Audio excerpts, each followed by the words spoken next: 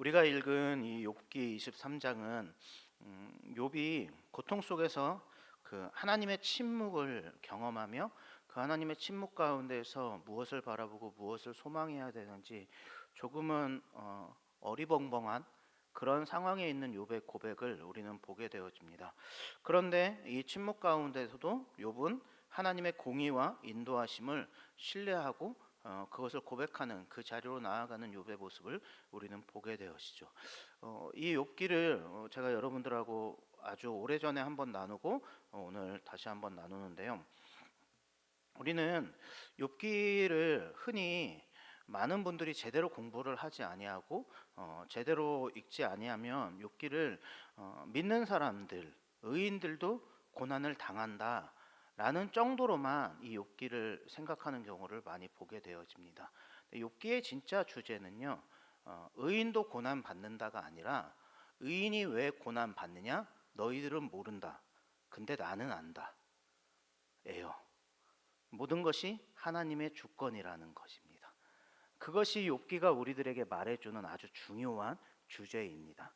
우리는 때로 신앙생활을 하다 보면 때로는 이해되지 않는 일들이 우리의 인생 가운데서 너무나 많이 일어납니다. 도대체 왜 이러한 일들을 내가 겪어야 되고 이러한 일들 상황 가운데서 여러 가지의 상황과 여러 가지의 환경이 겹치면서 때로는 그러한 질문을 하게 될 때도 있죠. 어디 계십니까? 하나님 어디 계십니까? 만약에 이 자리에 여러분들이 앉아 계신 분들 중에 이 질문을 돌파하지 않으셨다라고 한다면요, 나는 믿음이 너무나 출중하여서 나는 하나님이 어디 계신가 라는 질문을 지금까지 한 적이 없다라고 하시는 분들이라고 한다면 무언가 잘못되었거나 아니면 앞으로 심각하게 질문을 하실 날이 반드시 올 것입니다. 저주를 하는 것이 아니라요, 우리의 신앙은 그 질문을 맞닥뜨리고 나서 그 질문 가운데서도 내 눈에는 안 보이는 것 같지만 하나님은 여전히 일하고 계시는 분이시구나 라는 그런 믿음의 자리에 나아가야 이 욥기의 이 욥이 내가 될 수가 있습니다. 고난을 심각하게 받으라는 말이 아닙니다. 욥보다 더 심각한 고난 누가 여기에서 받으실 수 있겠습니까? 10명의 자녀 계신 분 없어요. 거기서부터 우리는 욥한테 졌어요.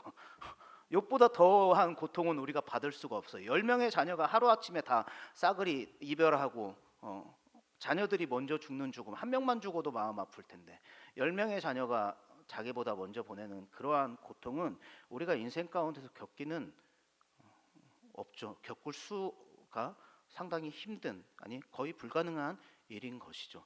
그런데 우리가 고난 가운데서 어려움 가운데서 어떤 질문을 돌파하느냐가 우리에게는 상당히 중요한 것이라는 것이죠. 욥이 지금 하나님 어디 계십니까? 라고 질문하고 있는 것이 바로 오늘의 말씀입니다. 자신이 이유 없이 고난을 당하면서 하나님의 뜻을 찾고 싶었지만 하나님은 침묵하고 계시는 그러한 상황을 자신이 지금 맞닥뜨리고 있는 것이죠.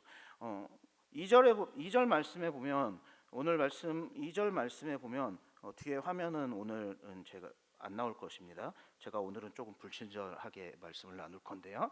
2절 말씀을 보면 오늘도 내게 반응하는 마음과 근심이 있나니 내가 받는 재앙이 탄식보다 무거움이라. 지금 내가 받는 재앙이 탄식보다 무겁습니다. 내가 어찌하면, 그래서 이 상황 가운데서 내가 어찌하면 하나님을 발견하고 그의 처소에 나아가랴. 나는 지금 하나님을 보고 싶고 하나님 앞에 나아가서 이야기를 나누고 싶고 하나님의 마음이 무엇인지 알고 싶고 하나님을 보고 싶습니다 라고 말하면서 어찌하면 그 앞에서 내가 호소하며 변론할 말을 내 입에 채우고 내게 대답하시는 말씀을 내가 알며 내게 이르시는 것을 내가 깨달으랴. 내가 어떻게 하면 지금 하나님을 만나서 하나님과 변론할 수 있을 것이며 하나님하고 말할 수 있을 것인가 라고 하나님을 찾는 그러한 모습을 봅니다. 왜냐하면 6절 말씀 같이 한번 읽어보겠습니다. 오늘 23장 6절 말씀 같이 한번 읽습니다. 시작. 그가 큰 권능을 가지시고 나와 더불어 다투시겠느냐? 아니로다. 도리어 내 말을 들으시리라.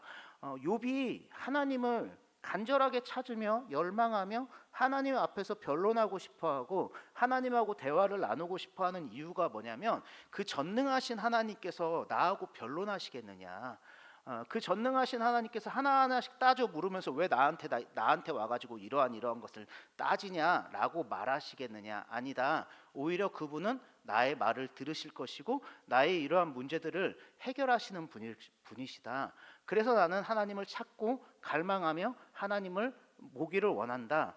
그런데 그 이후에 어떠한 일이 일어나냐면 거기서는 정직한 자가 그와 변론할 수 있은즉 내가 심판자에게서 영원히 벗어나리라.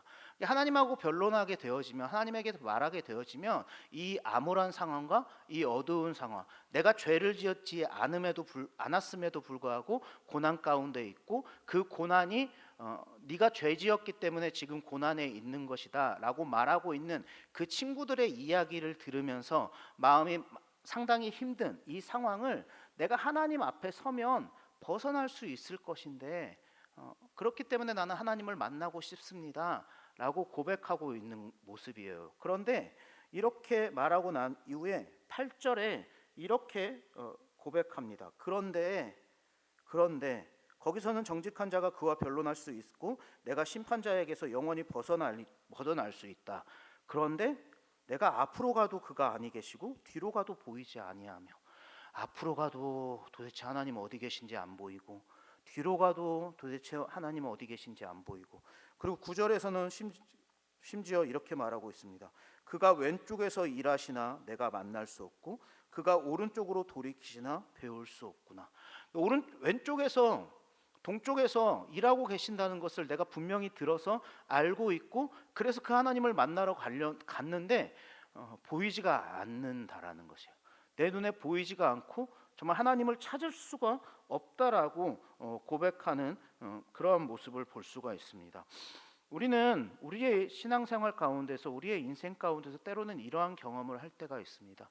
도대체 하나님이 어디에 계신지, 왜 나에게 이러한 일을 허락하셨고 왜 내가 이 터널을 통과해야만 하는지 도저히 이해할 수도 없고, 좀 답을 주시면 그나마 괜찮을 것 같은데 답도 주시지 않고 아무것도 보이지 않는 그런 상황에 덩그러니 내가 놓여 있고 기도하러 나아가고 싶고 하나님 앞에 나아갔는데도 도저히 아무것도 풀리지 않는 그런 상황이 우리들에게 있을 수 있다라는 것입니다. 그때 우리는 욥의 이 고백을 돌아볼 수 있는 우리가 되어지길 원합니다.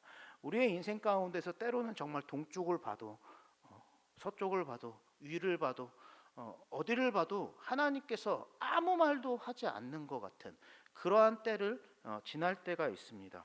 그런데 그때에 욥이 뭐라고 고백하냐면 바로 우리가 조금 신앙생활을 하고 조금 했다라고 한다면 조금 한 번 정도는 다 들어보셨을 말씀, 바로 10절 말씀이 바로 그가 고백하는 고백입니다.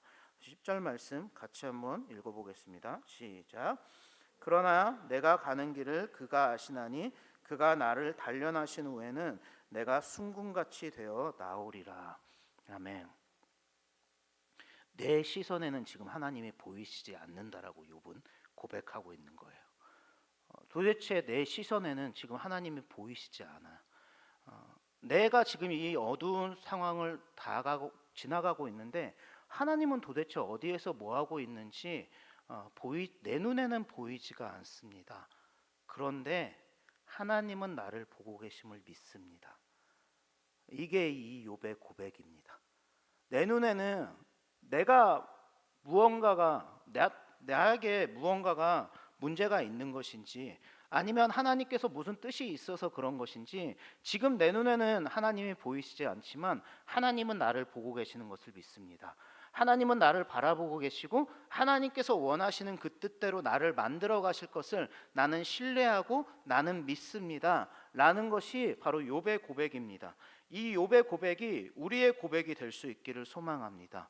이 욥은 우리가 너무나 잘 알고 있듯이 1장 가운데서 욥은 그런 고백을 합니다. 한번 조금 수고스럽겠지만 여러분들은 욥기 1장으로 한번 가보겠습니다.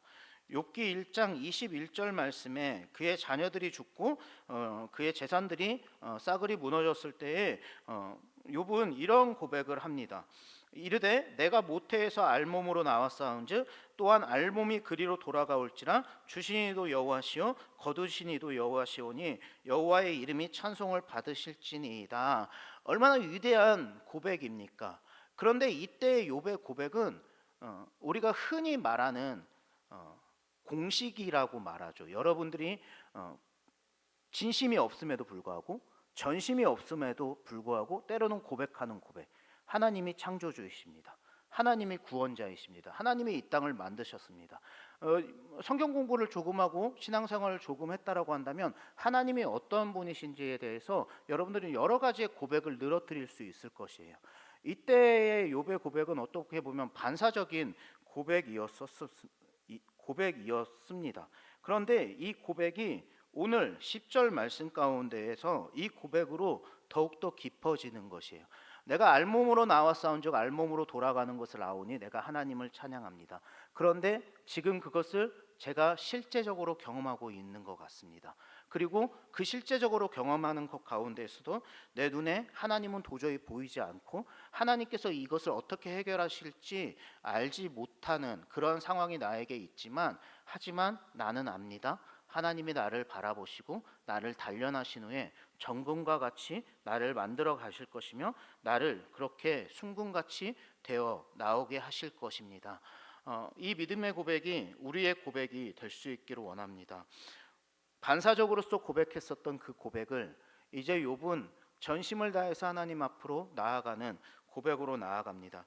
고난에서 벗어나기를 원하는 것이 아니라 그 고난을 통해서 하나님의 뜻이 이루어지기를 바라고 있는 그런 욥의 모습을 우리는 보게 되어집니다. 그리고 그 이후에 욥은 이렇게 고백합니다.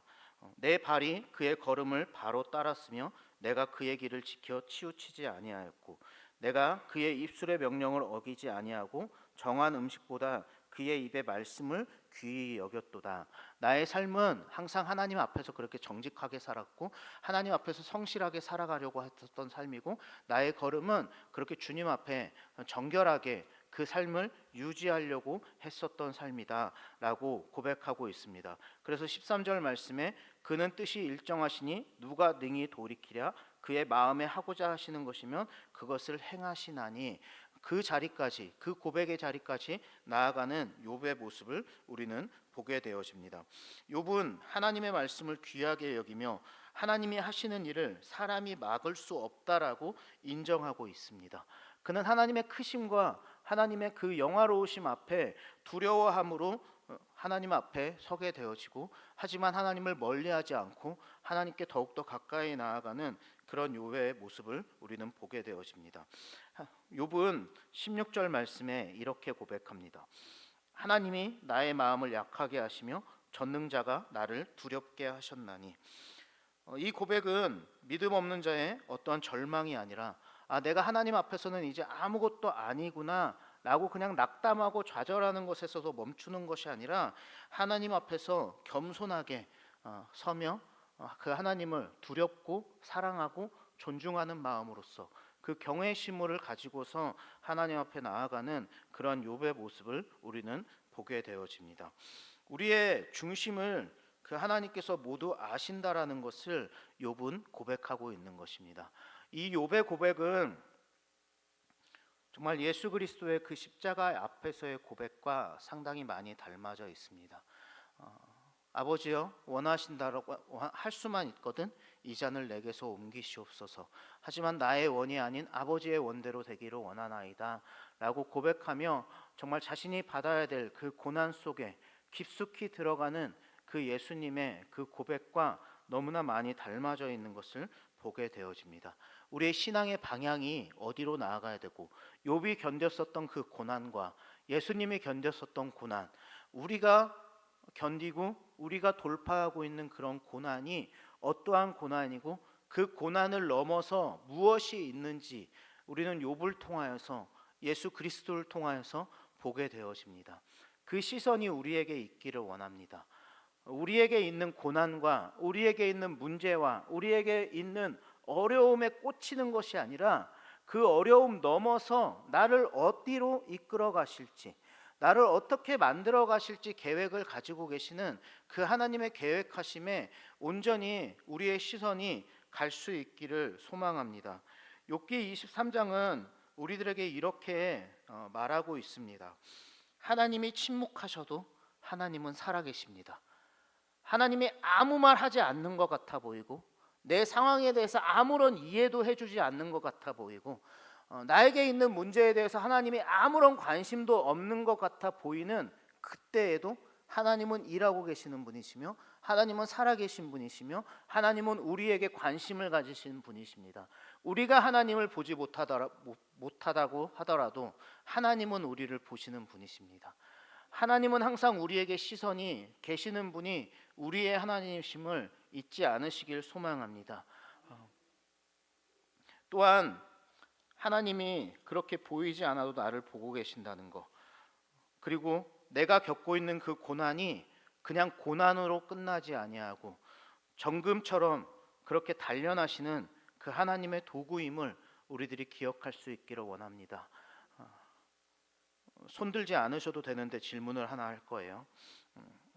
고난 좋아하시는 분, 누가 고난을 좋아하겠습니까? 누가 어려움을 좋아할 것이고, 누가 아픔을 좋아할 것이며, 누가 문제들을 좋아할 것이며, 누가 시험을 좋아하겠습니까? 시험을 좋아하는 아이들이 가끔 간혹 가다가 보이던데 정신 나간 거죠. 어쨌든 고난이나 어려움들을 좋아하는 사람은 없습니다. 그런데 그 고난과 어려움이 없으면 우리는 하나님께 가까이 나아갈 수가 없습니다. 하나님을 깊이 경험할 수가 없고 하나님을 만날 수가 없습니다. 시험이 없으면 내가 어느 정도 수준인지 알 수가 없는 것과 같습니다. 시험이 없으면 내가 지금 알고 있는 것이 무엇이고 모르고 있는 것이 무엇인지 모르는 것처럼 고난이 있어야 하나님이 누구이신지 우리는 더욱더 깊이 만날 수 있습니다.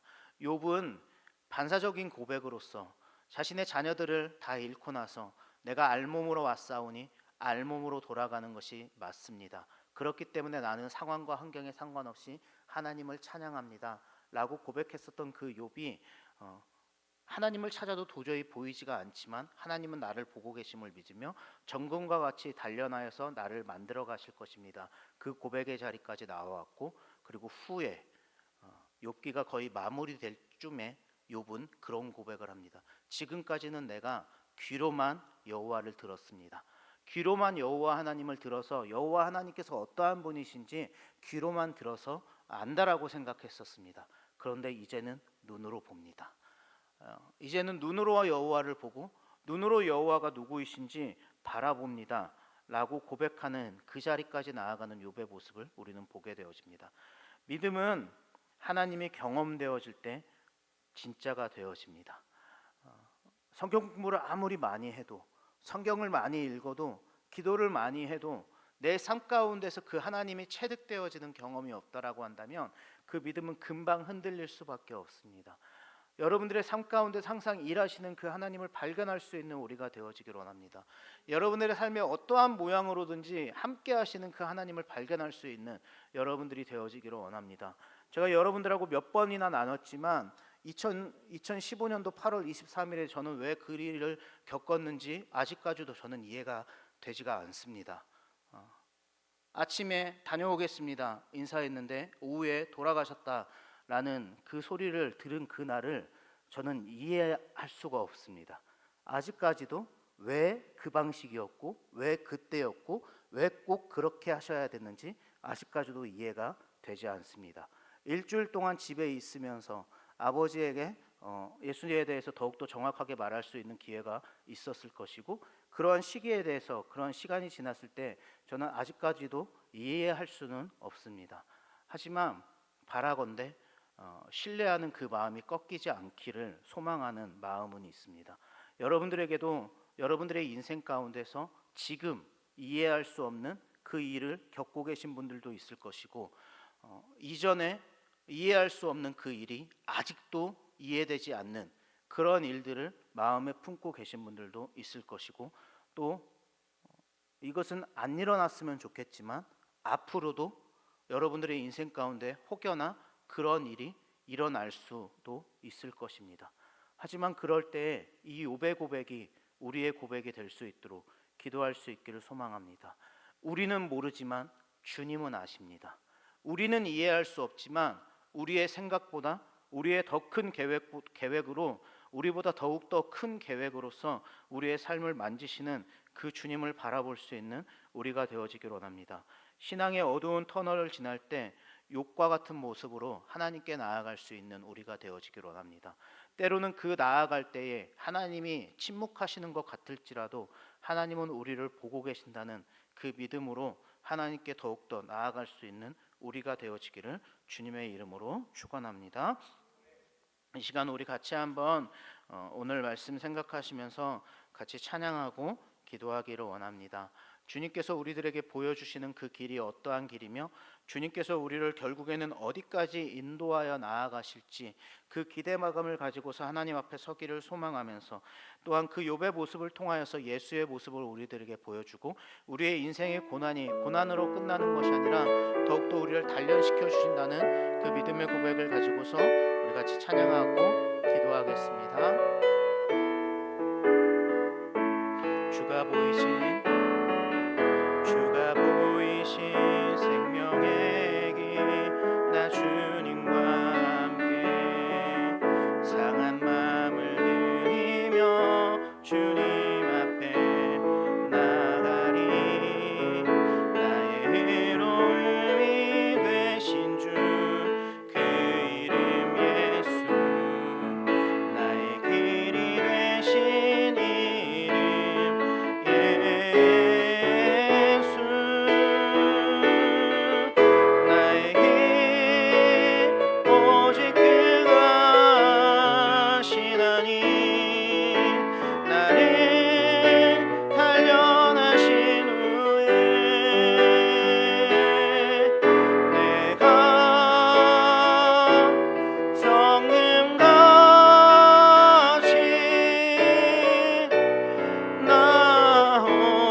나오리라. 한 번 더 고백합니다.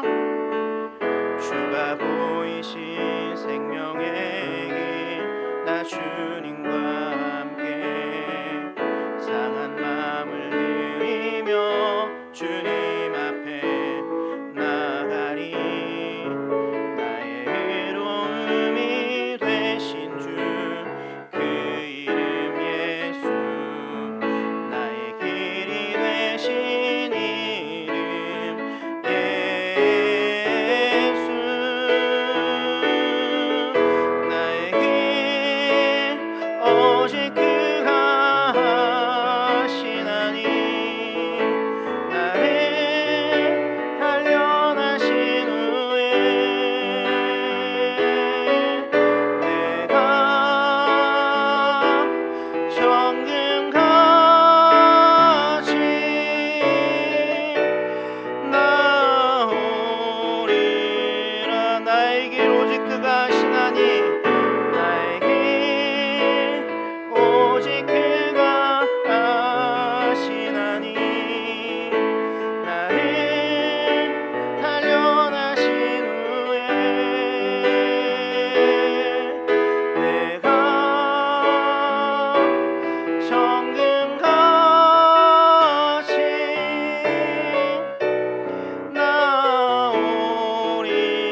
나오리라. 이 시간 우리 같이 기도하기를 원합니다.